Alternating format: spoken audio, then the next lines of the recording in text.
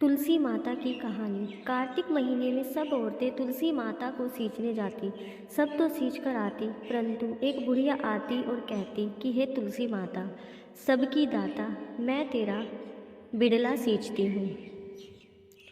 मुझे बहू दे, पीले रंग की धोती दे, मीठा मीठा घास दे, बैकुंठ में वास दे, चटक की चाल दे और 11 का दिन दे, कृष्णा का कंधा दे।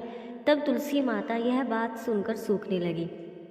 तो भगवान ने पूछा कि हे तुलसी, तुम क्यों सूख रही हो? तुलसी माता ने कहा, मेरे मन की मत पूछो।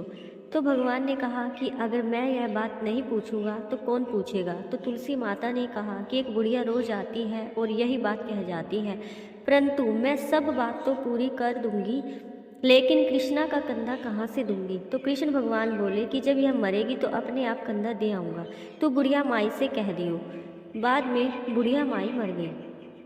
सारे गांव वाले इकट्ठे हो गए और बुढ़िया को ले जाने लगे।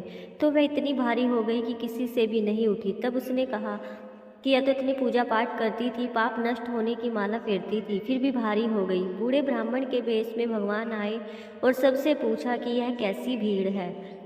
तब आदमी बोले कि यह बुढ़िया मर गई, पापनी थी इसलिए किसी से नहीं उठती। तो भगवान ने कान के पास जाकर कहा कि बुढ़िया माई मन की निकाल ले, पीताम्बर की धोती ले, मीठा मीठा घास ले, वैकुंठ का वास ले, चटक की चाल ले, चंदन का काट ले, झालर की झनकार, दाल भात को जीम और कृष्णा का कंधा ले।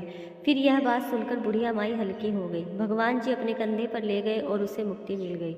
हे तुलसी माता, जैसे उसकी मुक्ति करी वैसी हमारी भी करना, और जैसे भगवान ने कंधा उसको दिया वैसा हमें भी देना।